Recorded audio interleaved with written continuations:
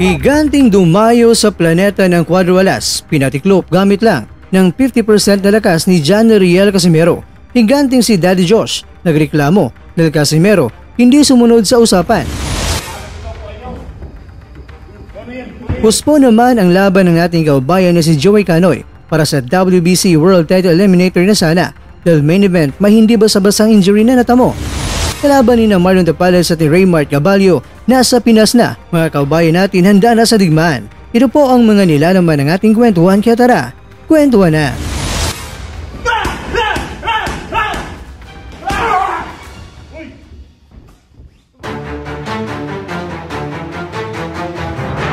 Walang kwenta kausap ka Cuadro-Alas, it's my boy. Sa usapan, kaliwa lang tapos 50%. Bakit may kanan na suntok sa huli? Hindi ka maayos kausap. Ito na lang ang naging pabirong sinabi ni Daddy Josh sa kanyang pagnamnam ng maladiwatang power overload na may anli pamimilipit sa sakit dahil sa hampas ni Casimero na tumama sa sikmura ng isang higanting mamang ito. Ang naging pabirong sagot naman ni Cuadro-Alas is my boy kay Daddy Josh, huwag mo akong subukan.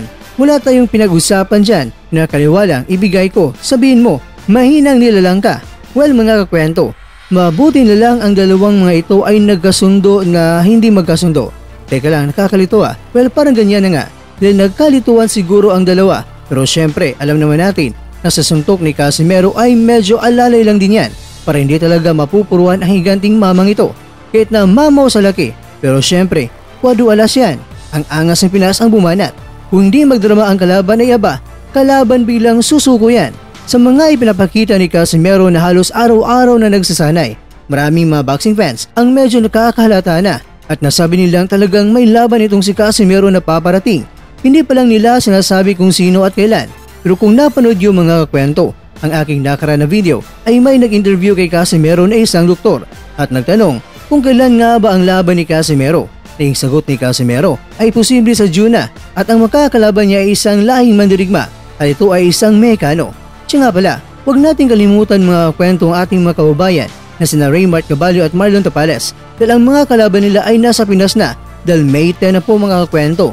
Ulitin ko po May 10 na po mga kwento ang laban nila sa Midas Hotel and Casino sa Pasay City. Si Tapales ilalaban para sa isang championship fight para sa WBC Asia Continental Super Bantamweight title kontra yan sa taga-Thailand na si Natapong Zankeo. At itong si Gabalio naman mga kwento ay lalaban yan kontra yan sa isang Japan-based na Mexicano na si Ken Bantures. Kaya huwag natin kalimutan na suportahan natin sila sa kanilang paparating na laban. Samantala, bad news naman sa ating kababayan na si Joey Canoy dahil medyo tatagal pa ang kanyang laban para mas mapapalapit pa sa isang world title fight dahil ang kanyang laban para sa WBC World Title Eliminator sana ay napuspon ito kontra yan kay Alex Winwood ng taga-Australia yung June 12 na sana kakwento. Napuspon kasi ang main event sa pamamagitan ni Tyson Pedro at sa Australian Heavyweight Champion na si Chris Terzievsky. Ito ang kuha ng larawan mga kwento na ibinahagi sa Instagram at talagang parang si Mashiba ng knockout. Parang flicker jab na goma-goma pero nabali na pala.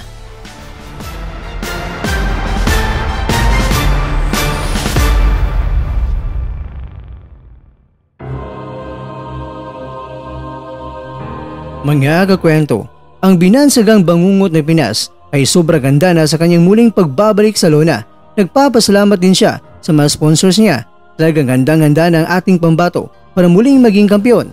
Target pa naman ni Tapales sa ngayon na muling maging world champion. Kaya good luck sa bangungot ng Pinas. Ang iyong lakas ay muli mong ipamalas.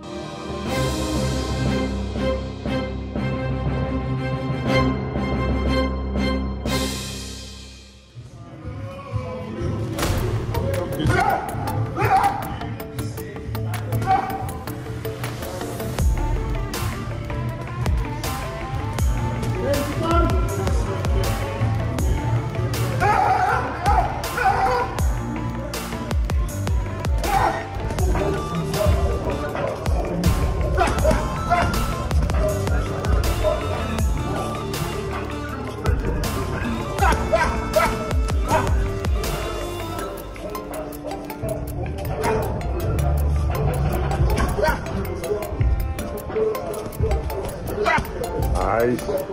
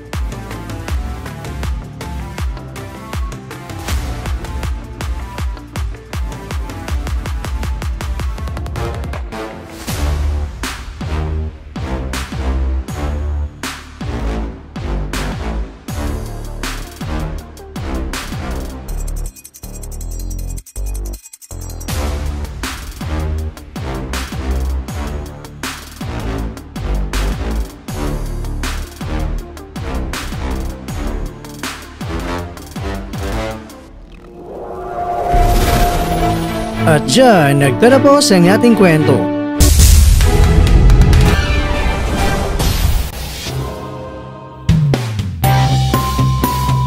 Maraming salamat mga kakwento sa inyong panonood. Pero baka naman mga kakwento ay nagustuhan niyo po ang kwento natin ngayon. Baka pwede niyo po akong mabigyan dyan ng like, subscribe at pa-click na rin sa bell button. Pero bago tayo matatapos mga kwento ay syempre, shoutout mo muna tayo dyan sa ating mga kakwento. Kay kakwentong Fertz, kay kakwentong Maynard Reyes, kay kakwentong Itad, kay kakwentong Leg na Rep, at ikaw kakwentong nanonood ngayon, shoutout siya dyan. Bueno, hanggang dito na po muna ang ating kwentuhan at abangan nyo lang po ang ating susunod na video. At dito lang po yan sa isang channel na kung saan maaaring ito'y mga kwentong di pa na kwento sa inyo.